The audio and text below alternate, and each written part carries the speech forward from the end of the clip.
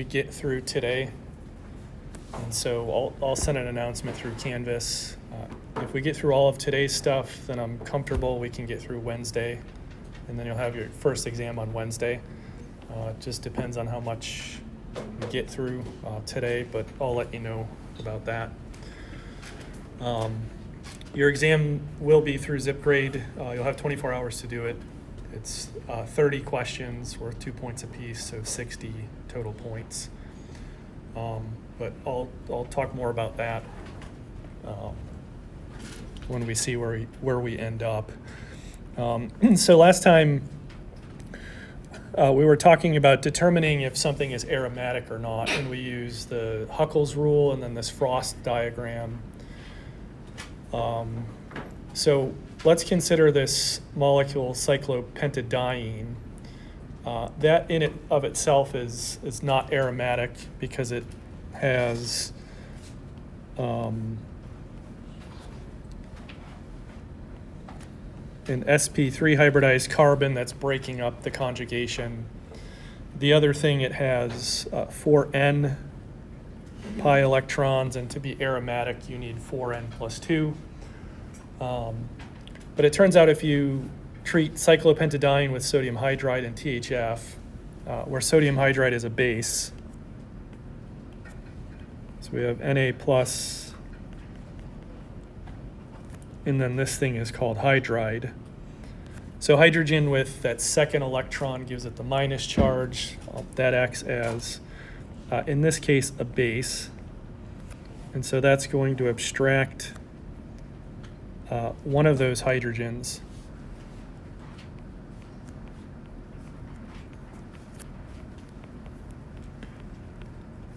To now give you that carbon anion. And then H2, which is a gas, it bubbles out a solution. So we want to determine if that cyclopentadienyl anion is aromatic. And so now we can see that, let me draw a resonance form first to help explain this.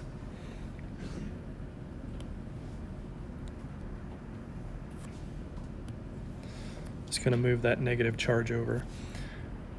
The lone pair of electrons can move around the ring, and so that's an example of resonance.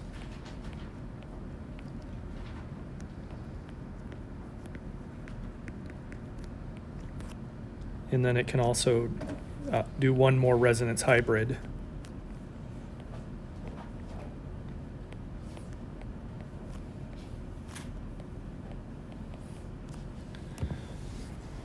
So the fact that you can form those resonance forms means now that every carbon is sp2 hybridized. And that was one of the requirements for the Huckel's rule. And if we count, we now have n equals 1.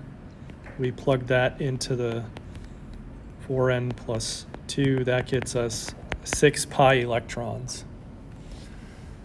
So it seems at this point to be obeying Huckel's rules, but the last thing we have to do is the Frost circle to show that all of those 6 are in bonding.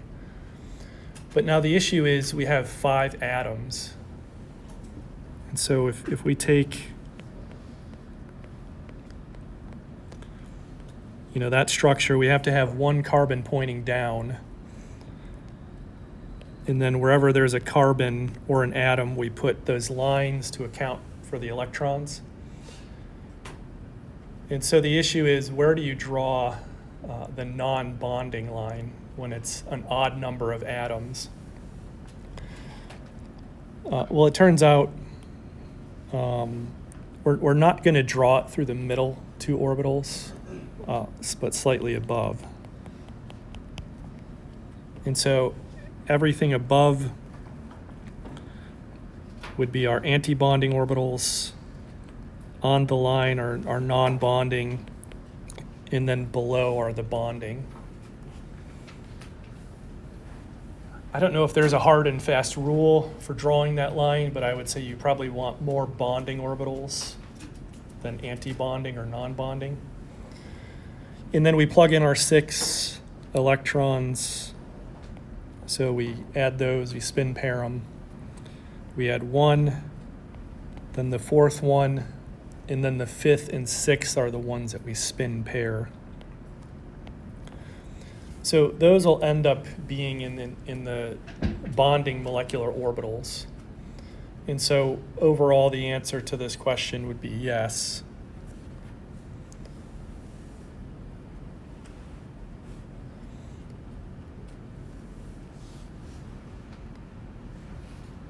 And so I want to move on to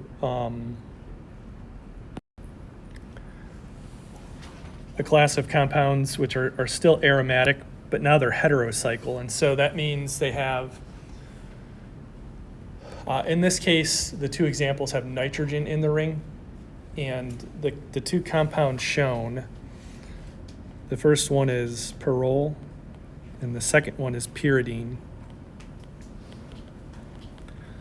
And the nitrogen atoms in these two molecules are very different. Both of these are aromatic. They obey Huckel's rule. You can draw the Frost diagram, and everything works out for that. The difference between them is where the electrons lie. So remember that nitrogen in the neutral bonding state has 3 bonds and then a lone pair of electrons. Furthermore, that nitrogen, because of that lone pair is typically basic, which means it abstracts hydrogens.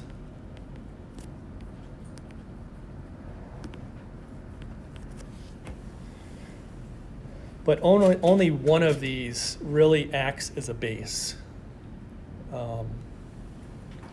To give you the short answer here, it's pyridine.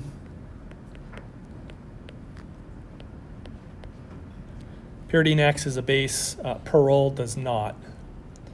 And so if they both have nitrogen in the neutral bonding pattern, why is pyrrole different?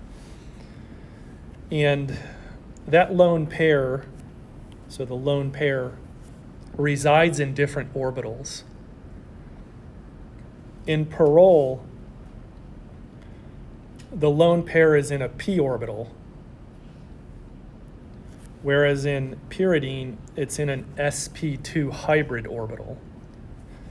That's because the nitrogen is already part of a pi bond here, and being part of that pi bond, the nitrogen has to supply a p orbital to the carbon, which supplies a p orbital to give you the pi bond. So let me just write that down. So lone pair in p orbital. So lone pair in sp2 hybrid.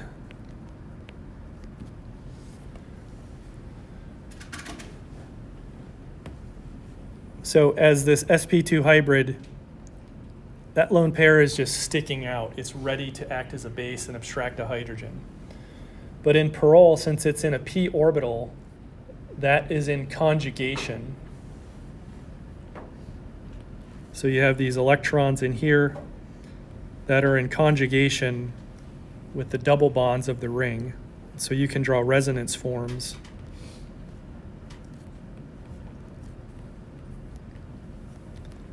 For pyrrole like that.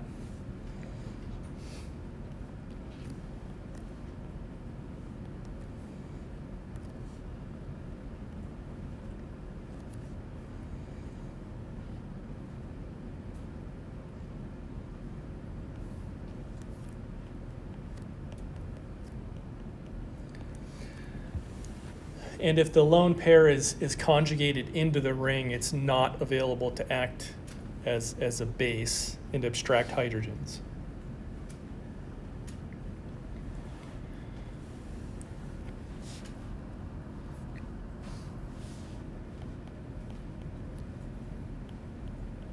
So pyrrole is not basic. And so in this question, when you're examining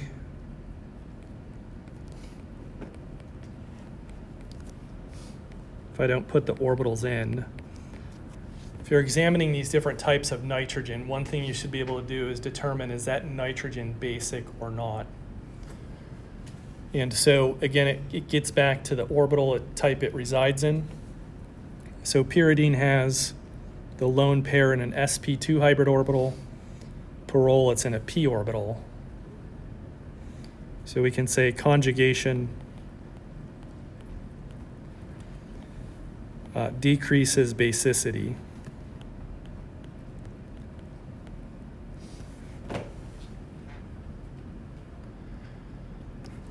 And we'll see a little bit later on this semester about the different types of nitrogens when they end up in amino acids that form peptides, and how peptides can behave as enzymes. And an enzyme is just the reagent in your body that carries out a chemical reaction.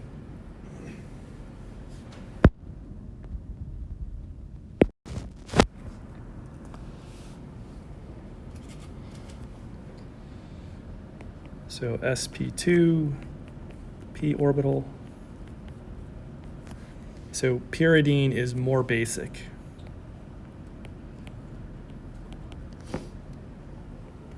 And so just an example again of what it means to be basic. If you take pyridine plus hydrogen chloride, and we want to show the mechanism, but also the product. HCl, chlorine is delta minus, the hydrogen's delta plus, and we assign that based on electronegativity. So CNOF,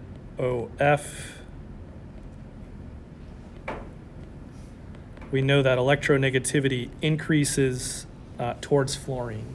So across and then up the group. So a lone pair is its electron density, right? So it's going to start an arrow. That nitrogen will abstract the hydrogen.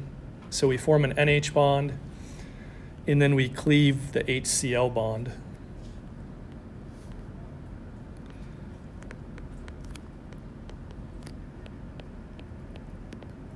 So now chlorine has 4, so it's going to be negative. Nitrogen has 4 bonds, no lone pair, so it's positive. And this ends up being called pyridinium chloride. And so in chemistry, things that end in IDE are typically negative. So that would be an anion. And then the pyridinium, so IUM is typically positive. That's a cation. And overall, they form a salt. So organic compounds can form salts just like you learned in Gen Chem with like sodium chloride.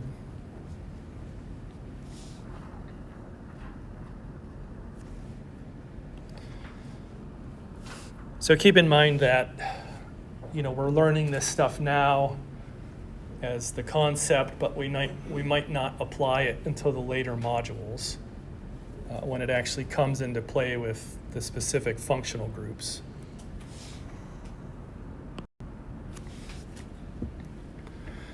So now that we've covered what it means to be conjugated, what it means to be aromatic and have aromaticity, let's look at how do we get substituents on the benzene ring. So again, benzene is C6H6. There's 4 degrees of unsaturation. There's a lot of symmetry to benzene. So for example, that would be a mirror plane. Alternatively, if you put an axis through there and you just rotated, you would see that every carbon sort of maps onto itself, every hydrogen maps onto itself, so there's these different elements of symmetry. So the reaction name we're going to learn is substitution. So from benzene, we can make any other mono-substituted benzene. So when I say mono, that means we've just taken one H and substituted for any other element you've seen before. So the first one here is called toluene. I don't want to do that.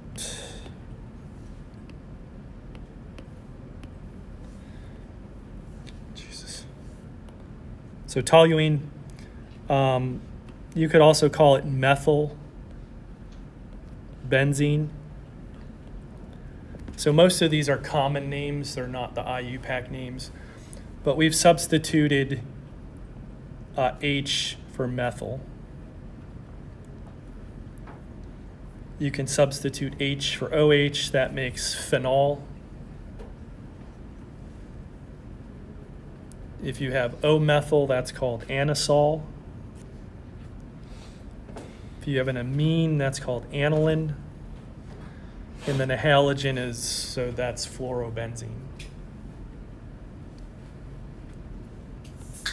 I have this other word up here, EDG, and that stands for electron donating.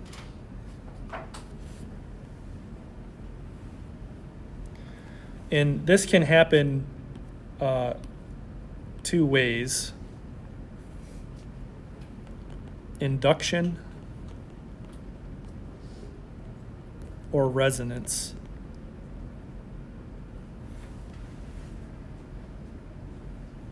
So let me just draw in some lone pairs on the heteroatoms.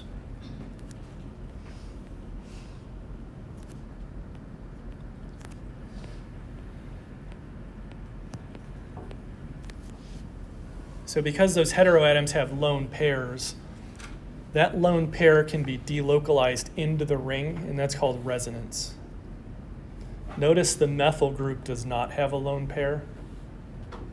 And because it doesn't, that's called induction. And so we would draw induction as sort of these arrows on the sigma bond. That means that that substituent is making the benzene ring more electron rich. So what does that mean? So if we look at phenol,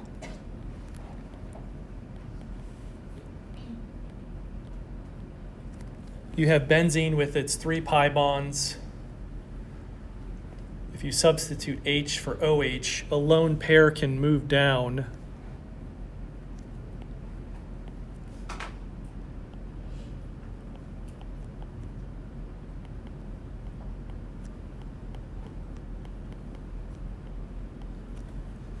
And when we assign formal charges, the oxygen will be plus, that carbon will be minus. So with the lone pairs going into the ring, that means it's more reactive than benzene itself. So all of the oxygen, the nitrogen, the halogens to a lesser extent, but they'll still do it.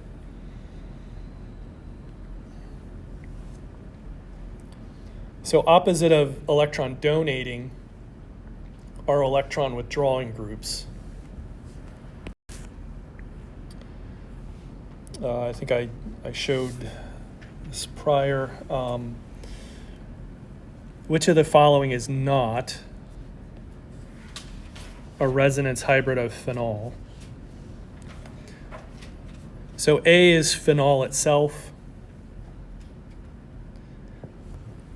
B and C both show a lone pair going into the ring.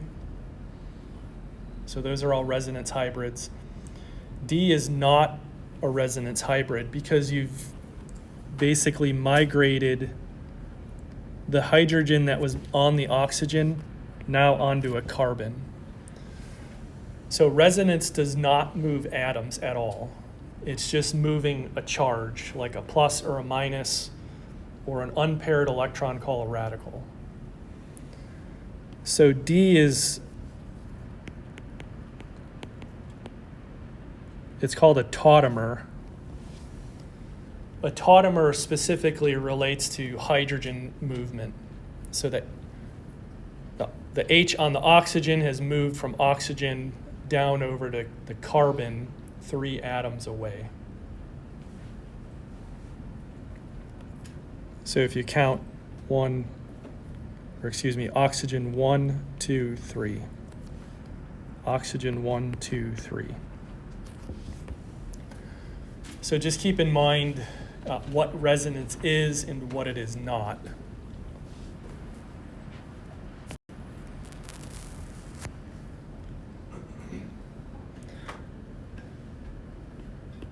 So electron withdrawing groups tend to have a positive charge at the benzylic position. So what is benzylic? I'm just going to put X. Whatever that atom X is that's bonded right to the ring is called benzylic.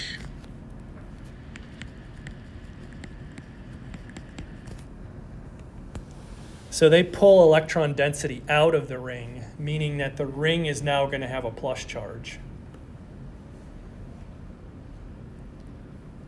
So these groups include nitrobenzene, so NO2 is the nitro group. CF3, that's trifluoromethyl. CN is benzonitrile. CO2H, that's benzoic acid. A ketone, that specific one would be called acetophenone.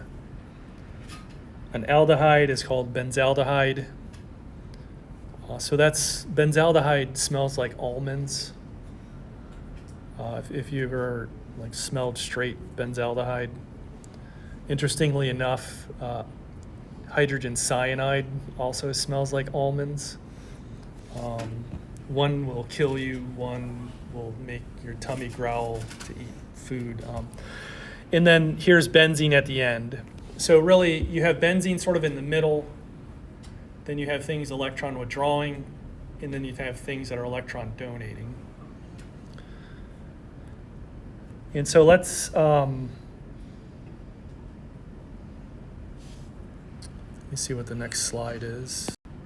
Let me just draw out nitrobenzene in preparation for the next slide. So when we expand out NO2 with the actual bonds and lone pairs, we'll find that it looks like this. So there's the NO2. The right oxygen will have a negative charge. The nitrogen will have a plus charge.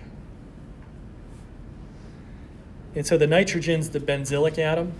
And what happens is through resonance, it's going to make that plus charge migrate into the ring. So we can take a pi bond, push it out,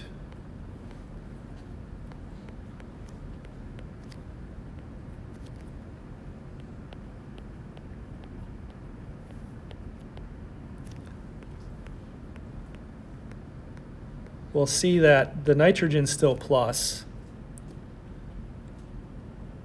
but then that other oxygen now has 3 lone pairs, so it's minus. And the carbon that lost its pi bond is plus. So now you have a plus charge that's in the ring. And so that's the main difference between electron withdrawing and electron donating. The donatings will typically put a negative charge in the ring.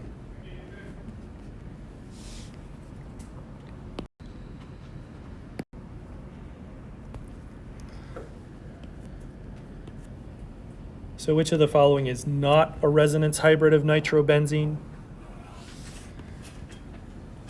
So we said that the NO2 group is electron withdrawing.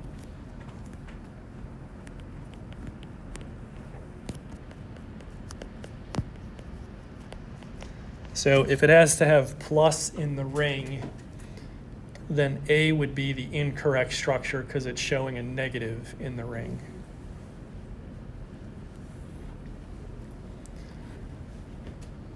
And all of this really gets back to,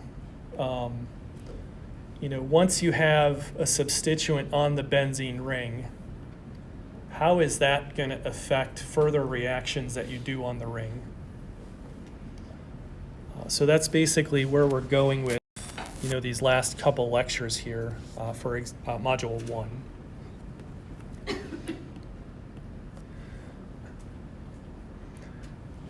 So benzene undergoes this mechanism here, and it's abbreviated EAS. So that's, any gamers, that's not electronic arts. It's electrophilic aromatic substitution. So a hydrogen atom is being substituted for something else. And then what we'll spend the next couple of lectures on here is what are the reaction conditions that substitute hydrogen for chlorine, for bromine, for nitrogen, for carbon. So the CH bond is substituted for an electrophile, making a new carbon electrophile bond. The aromaticity of the ring always stays intact at the end. So the six-membered ring is always going to have the ring plus the 3 pi bonds. And in the mechanism, benzene's the nucleophile, so supplies the electrons. So in the mechanism, the curved arrow always starts from a pi bond in benzene. The electrophile is a Lewis acid.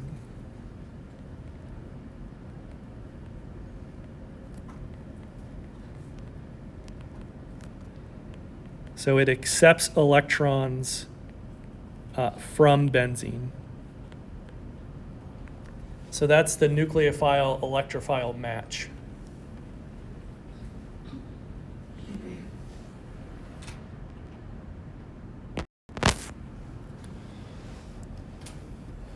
So for the remainder of today's lecture, what we're going to look at is how do we get the heteroatoms on the ring? So halogens, sulfur, then nitrogen. And then on Wednesday's lecture, we're going to get how do you get carbon bonded to the ring. So that's its own set. They typically all follow the same mechanism. A pi bond is coming out of the ring to react with the electrophile. Some other stuff happens, and then it's just substituting the H. So today we'll look at halogenation. Specifically, as you see here, there's only chlorine and bromine.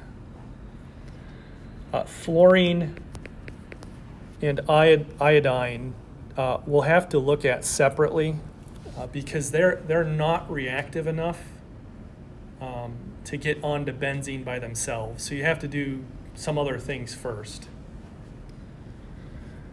Sulfur, sulfonation, so that makes the SO2H group.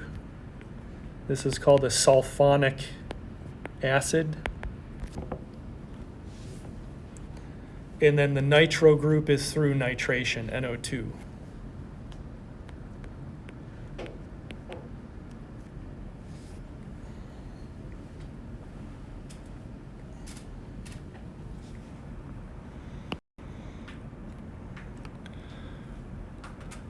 So for chlorination and bromination, you're typically using the molecular halogen. So again, what I mean by that, it's like X2, so Cl2 or Br2. So chlorine, and then you have to have this other thing in here called a Lewis acid. And from just visually, you're taking that hydrogen and you're substituting it for chlorine. A couple slides from now, I'll show you the exact mechanism by which this happens.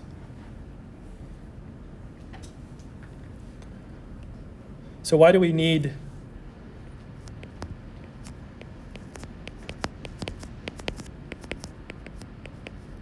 the Lewis acid?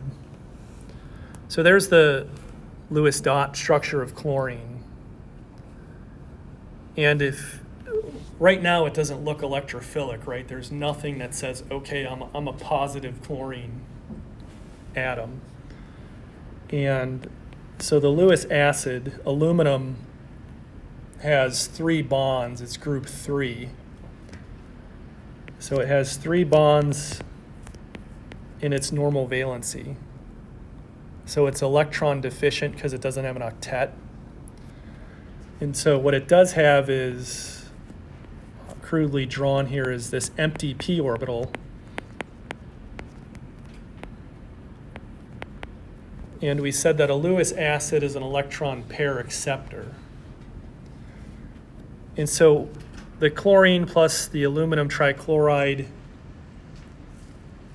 will react, where you break that bond and give you Cl plus and then aluminum tetrachloride, which will then be minus. So that's how we invoke something that's an electrophile.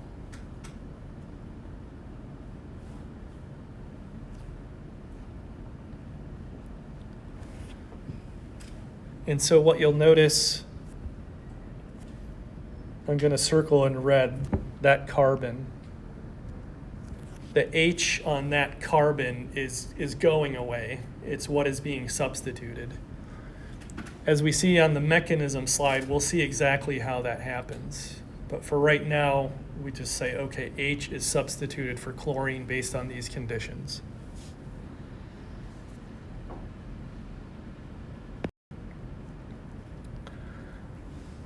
So bromination, H is going to bromine. We're using Br2, and then the Lewis acid is just changing a little bit. We have iron tribromide, but it does the same thing as before. It's making an electrophilic bromine atom. So keep in mind,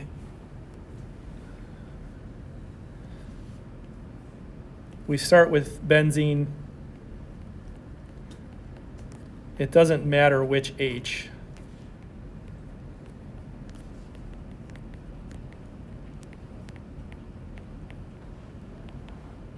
is substituted, because you can only get one product out of it.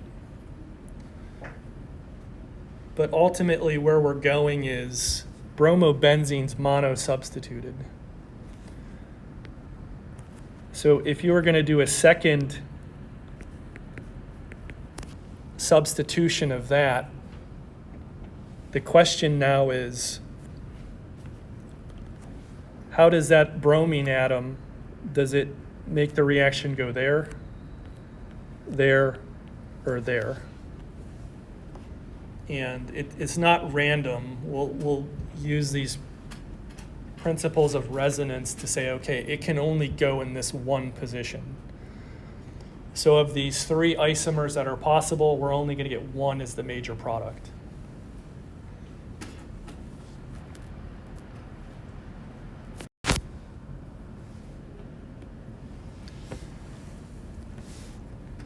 So in the halogenation of benzene, the Lewis acid of the form MX3 helps activate the molecular halogen X2. Which of the following best describes how this happens? So I'll just tell you the right answer and then we'll explain the others. So the correct answer is B.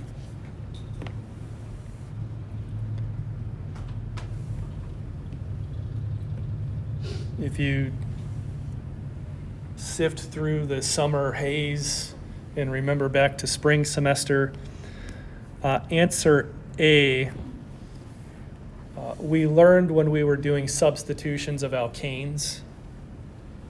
So radical CH substitution.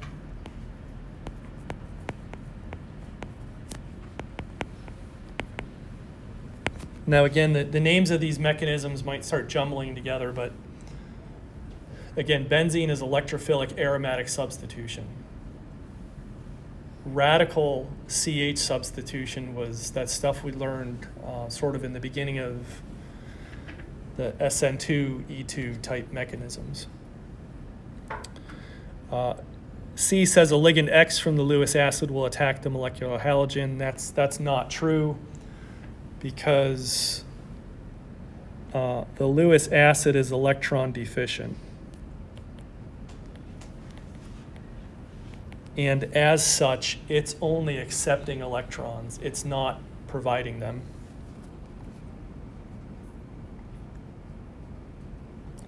D says a lone pair of electrons from the electron deficient metal.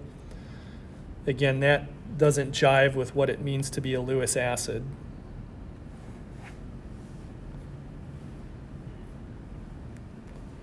So that helps explains a little bit why you have this other reagent in there, the Lewis acid, to help this go forward.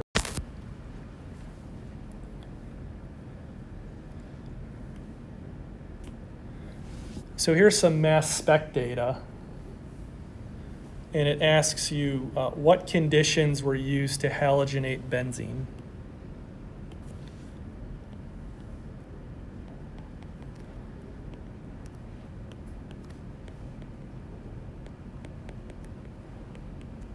So looking at the data, what is X, and then what conditions got X onto the ring?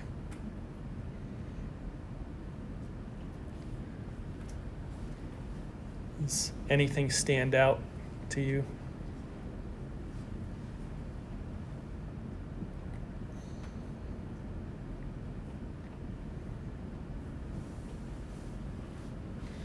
So remember, for mass spec,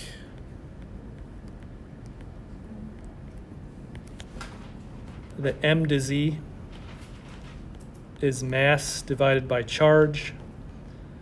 And we were typically just using Z equals 1 plus 1.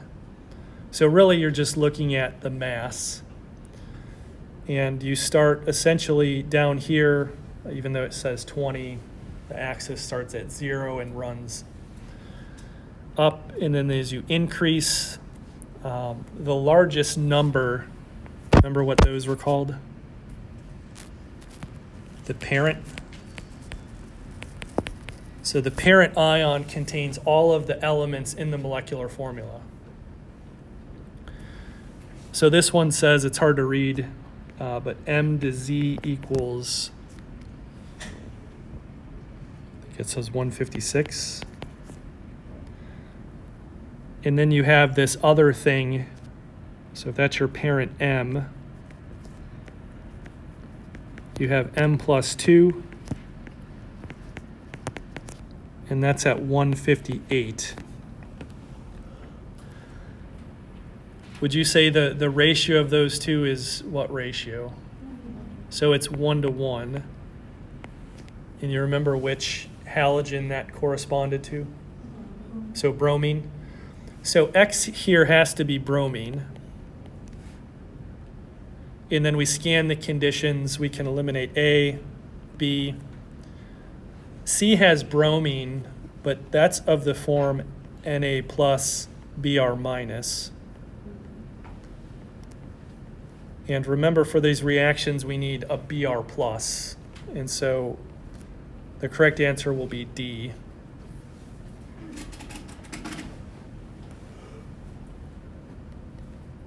So if bromine was 1 to 1 in the parent, do you remember what chlorine was? What did you say? That doesn't sound right. What did you say? 3 to 1. Yeah, so the parent M will be 3, and then 2 mass units over will be 1. And that's the relative abundance of those peaks to each other. This other thing, this other major thing, it's at 100% abundance. That's called the base peak.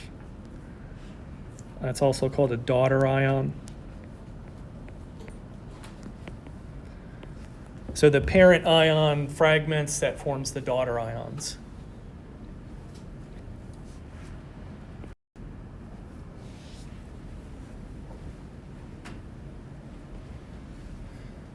So that gets chlorine or bromine onto the ring. What about sulfur? So to get sulfur onto the ring, the electrophile is SO3, so sulfur trioxide. And the solvent or acid that you use is sulfuric acid. So these are pretty nasty conditions. Sulfuric acid is typically 98%, 2% water. So it's pretty concentrated. You take that, and then you take a canister of sulfur trioxide and bubble it in. And sulfur trioxide is very nasty smelling. And so that will substitute your H now for this SO3H group. And this is called benzene sulfonic acid.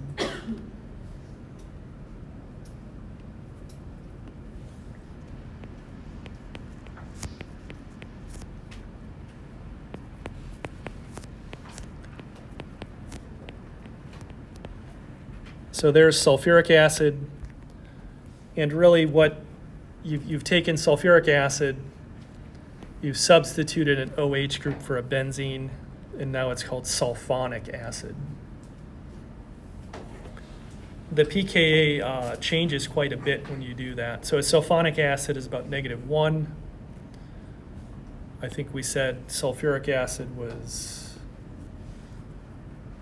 pKa -9 or -10.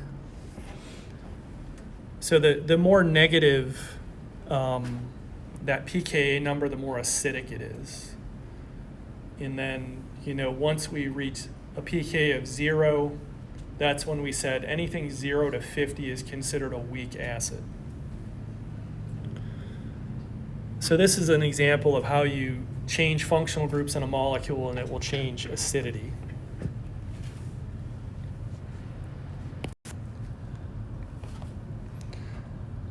So is the sulfonic group electron donating or electron withdrawing? So once we answer that, we can answer this question if benzene sulfonic acid is more or less or equally as reactive as benzene. So to help us out, if we draw a resonance form, sulfur is already, it has more than 4 bonds, right? So it's past an octet. And the reason it can do that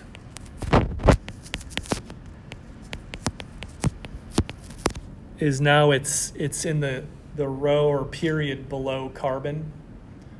So once you go into that period, you now have access to d orbitals, which allows it to have different shapes and access different bonding patterns. But if we draw a resonance form where we put the pi bond electrons onto oxygen,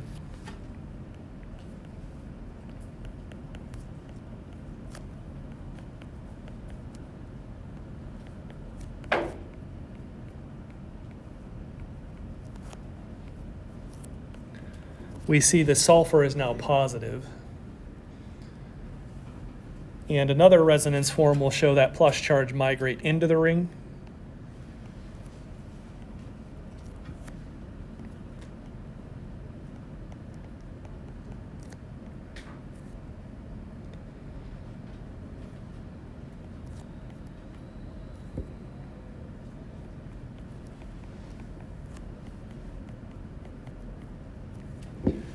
And so once the plus charge is into the ring, that means it's going to be less reactive than benzene itself.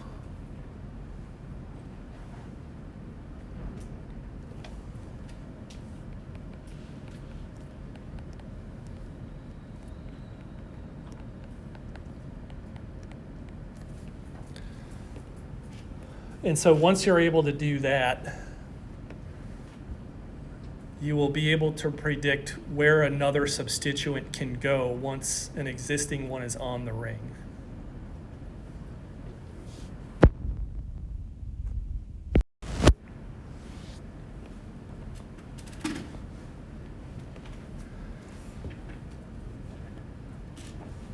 So you put it on the ring, you can also take it off. So you can take the SO3H group off, that's called desulfonation. And now essentially what you're going to use is just a lot of water, a little bit of sulfuric acid, and you're going to boil the heck out of it. So it has to reflux. You got to put a lot of heat into it. But it's removing that SO3H group, giving the H back. And that may not be apparent why you would want to do that just yet. But if you think of like sports ball, there's like linemen, blockers, we would say that group is going to block that position temporarily. Then we're going to put something else in another part of the ring. And then in the third step, we're going to remove that group. So that speaks to the strategy of when you have multiple substituents on a benzene ring, how do you get them in the right relationship? Whether it's a 1,2, a 1,3, or a 1,4. So we're going to put it on, we're going to block that, do some other stuff, and then remove it.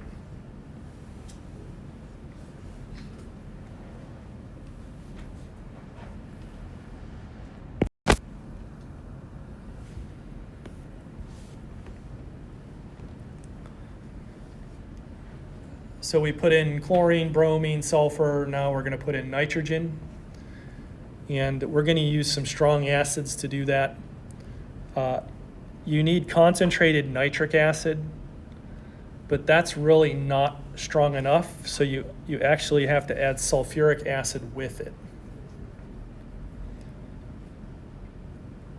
And then we run this at 0 degrees Celsius.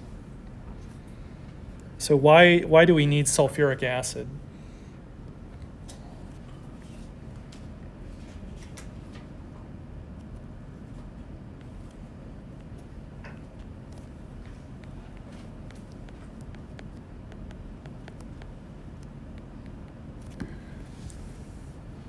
So that by itself is nitric acid.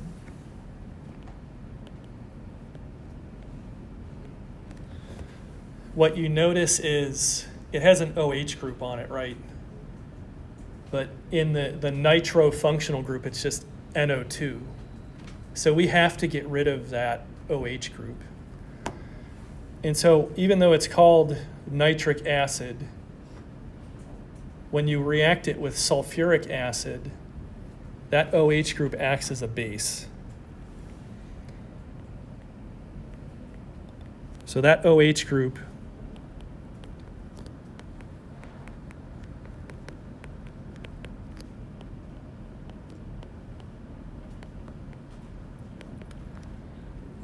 will act as a base. Sulfuric acid acts as the acid.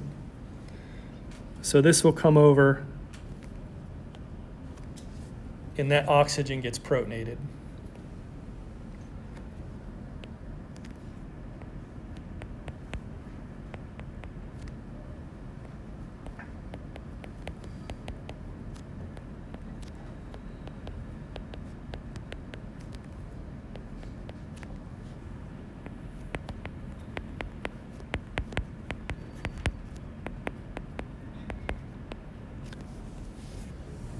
So we've protonated it, we've balanced the charges out.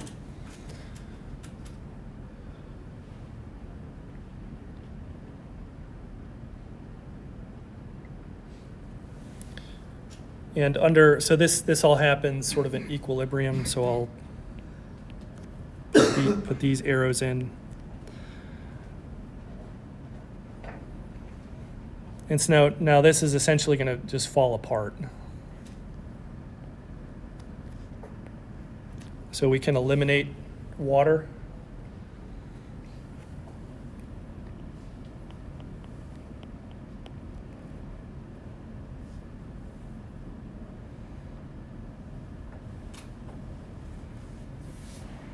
So minus H2O.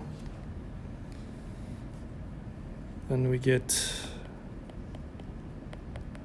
to balance our charges here.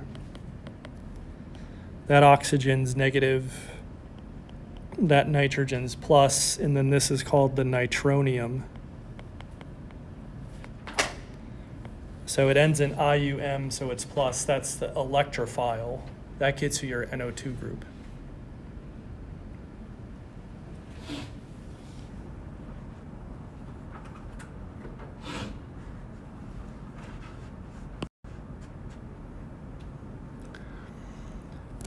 So this slide is just showing you the pKa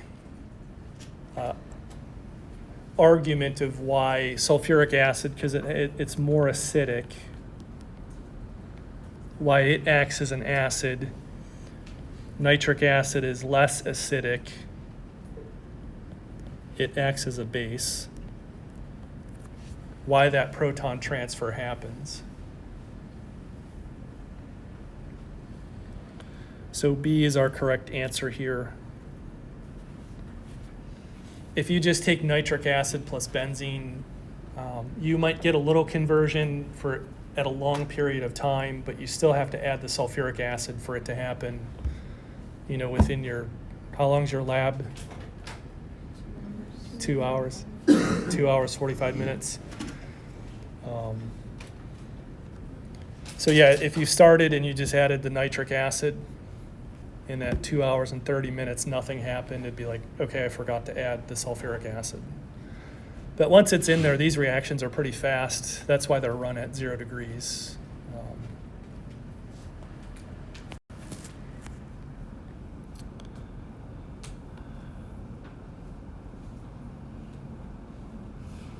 So the nature of the species, as we saw, would be C. And then, you have this counter ion that's balancing out the extra plus charge. So that's made what we say in situ. That just means you make it and then use it. If you let it sit around too long, it's going to start doing other stuff and decompose.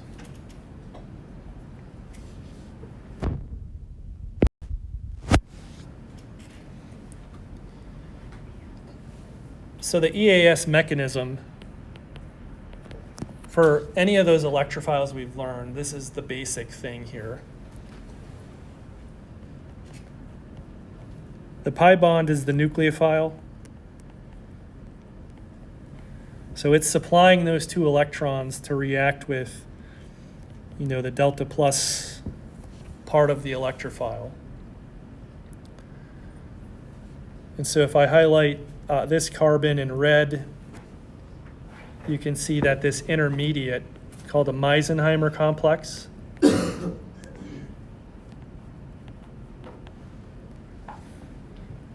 is bearing now both the H, the H, and in green I'll do the electrophile. So that means the hybridization of that carbon changed from sp2 to sp3 because now it has 4 sigma bonds. And as we recall, as reactions go forward,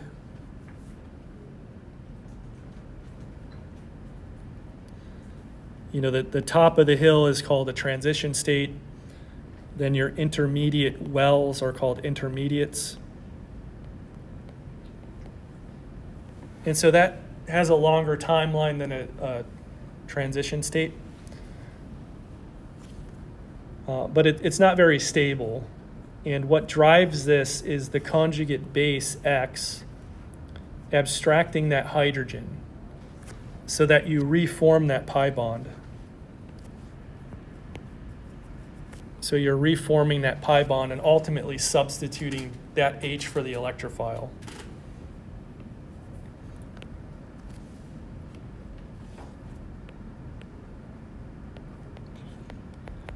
The driving force for this is to get back to an aromatic compound, because we said that aromaticity was such a big stabilizing factor.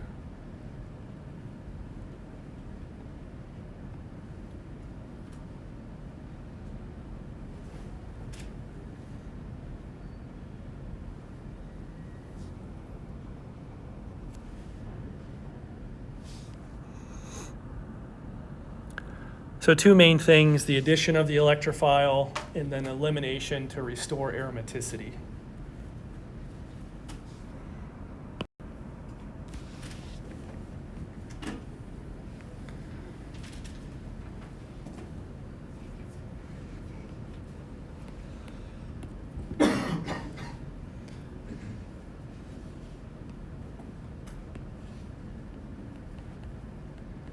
So we said nitrobenzene is an electron withdrawing group. And it turns out you can do reductions of heteroatoms. So nitrogen's a heteroatom. It has two oxygens bonded to it. Reduction is defined as a couple different things, but if you're adding hydrogens to an atom, that's a reduction. So you can reduce nitro groups to the amino group. So nitro, now amino, to form aniline. And the amino group in aniline is an electron donating group.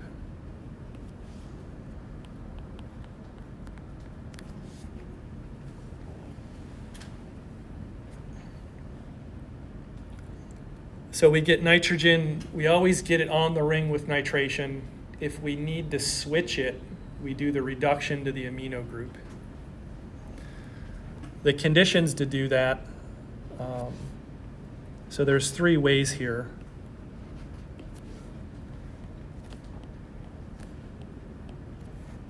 So condition one is tin dichloride and ethanol, hydrogen gas with palladium on carbon in ethanol, or iron metal, HCl in water. And then at the end, we have to adjust the pH with sodium hydroxide.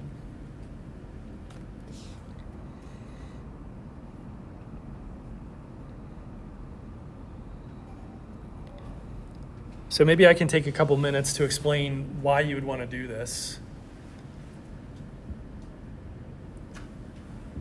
So we said that electron withdrawing groups react slower than benzene. The consequence of that, see how there's already a substituent on the ring. Now, if you were to take this material and do a second reaction, how does the nitro group affect where the next substituent is going?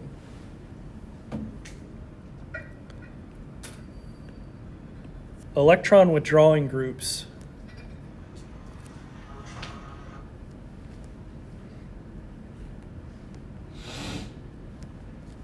are called meta-directors. And meta just means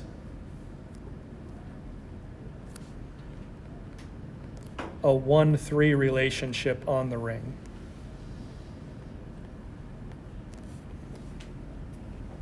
So whatever subsequent reaction you run with nitrobenzene, the substituent is going to go in one of those meta positions.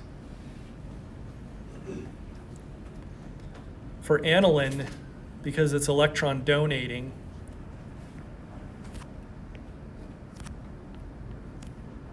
this is called an ortho-para-director.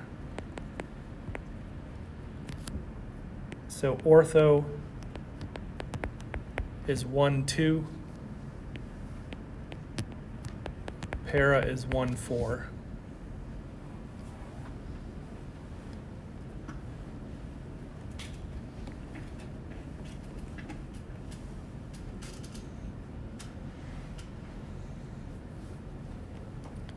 So let me draw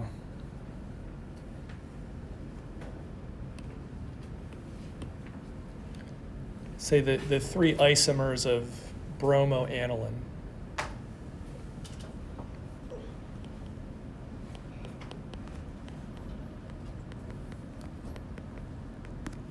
So that would be called the ortho isomer.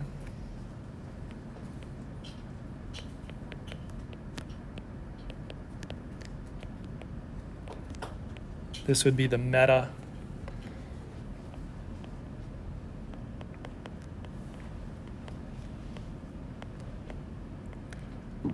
And that would be the para. So ortho, meta, para, those descriptors are only used when there's two substituents on the ring. Once you get a third substituent, you can't use these anymore. You just use the IUPAC nomenclature. And something to think about, these are constitutional isomers, meaning they have the same molecular formula, the same molecular weight. The way you would differentiate them is according to the carbon-hydrogen uniqueness. They'll all be different.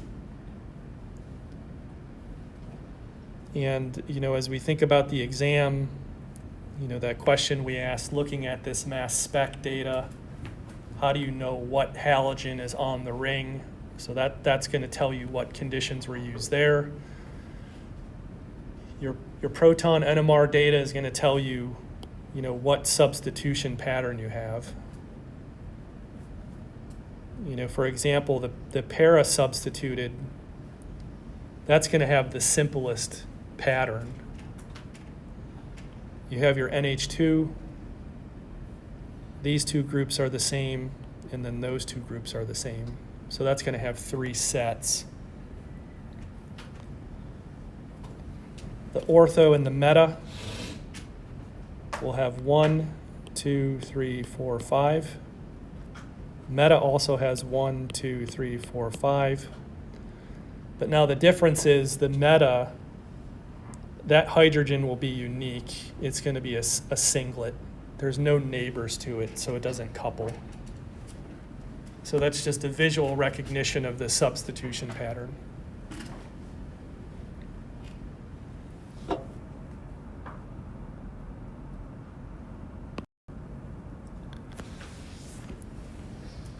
So the reduction of the nitro to the amino group is an electron withdrawing to donating strategy that's true. And again, that will help us when we start sequencing multiple steps together to get the right relationship between the substituents.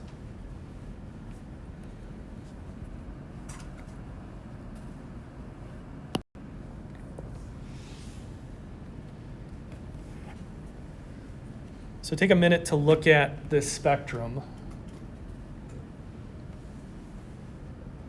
And you can think about it again in terms of a reaction.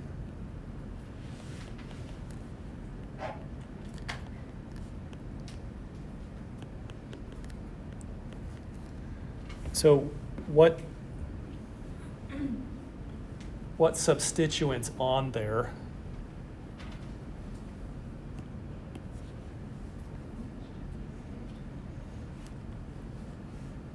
Think about remember how alcohols looked, aldehydes, carboxylic acids, visually in the IR spectrum. For those of you that weren't with us for Organic 1, so in the IR, the x-axis is wave numbers. It's kind of hard to see, but we draw our line at 1500. So anything below that, we're not really interpreting. We just ignore it.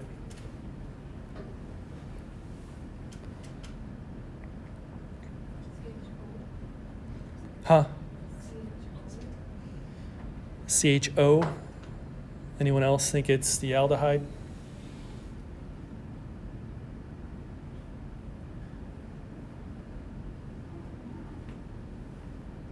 Anyone think it's the alcohol? So remember, alcohols typically have this broad hydrogen bonded peak there. We don't see that, so we eliminate B. What about the acid, the carboxylic acid? Do you think it's that? So we don't really see that pattern. The acid peak tends to come a little bit more down over this way a little bit more. Another thing with the acid, from say 17 to 1800, do you see anything there? So remember, that's your carbonyl stretching region. We don't really see anything that's coming down really far and going back up. So that's going to eliminate D, but it also eliminates C because the aldehyde has this, that carbonyl. And really what we're left with is chlorine, because none of the other major stuff from those functional groups is present.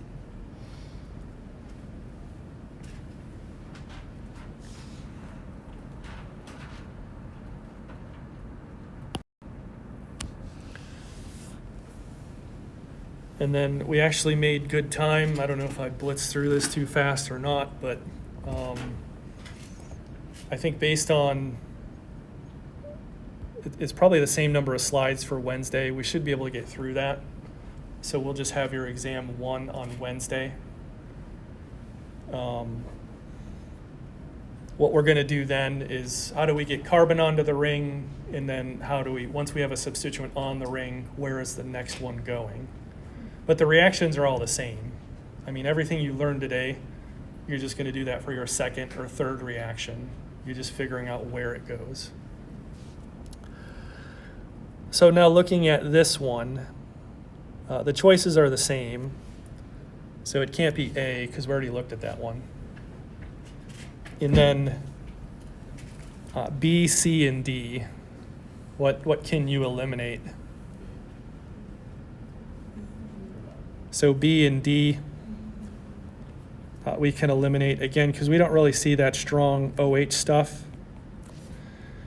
And this is the aldehyde, so we have, there's 1700 right there, there's 1800. So this sharp signal there, that's your carbonyl. And then remember with the carbonyl containing, the aldehyde was a little special. It has this right here. That's that sp2 hybridized carbon H stretch. And so you'll notice that one typically occurs to the right of your normal just sp3H stretching. It's a little subtle, but the carbonyl into that make it the aldehyde.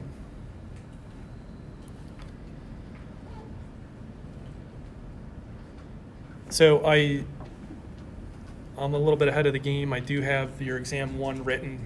The first 10 questions are sort of a review of organic 1 type stuff, counting carbons, figuring out molecular weights, hybridization, attached hydrogens to carbon counting, that sort of thing. And then just a sprinkling of 1 or 2 questions from each, conjugation, like the Woodward-Fieser stuff, being able to recognize polyenes, what type they are, calculating the lambda max using the Woodward-Fieser rules, some nomenclature for aromatic stuff,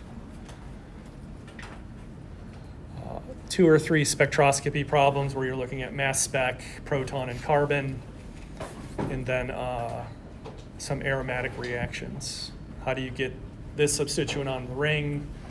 What's the product of some multi-step sequences? So again, the exams are going to be open for 24 hours. Again, I don't know what your zip grade looks like when you do it, but if you're not able to finish it at once, just look through it, write your answers on a sheet of paper, and then when you have all 30, just go back in and stick them all in there at once, rather than leaving your browser open for like 10 hours and then something happening and you lose your answers. So that would be my advice. You can go back to your notes. Organic 1 is taking their exam today through zip grade. What I told them is, I don't see what you're doing in zip grade. The only thing I see is when you hit the submit. So make sure you submit it within the time window. The only thing I'll say is please do not create a chat stream of the answer key.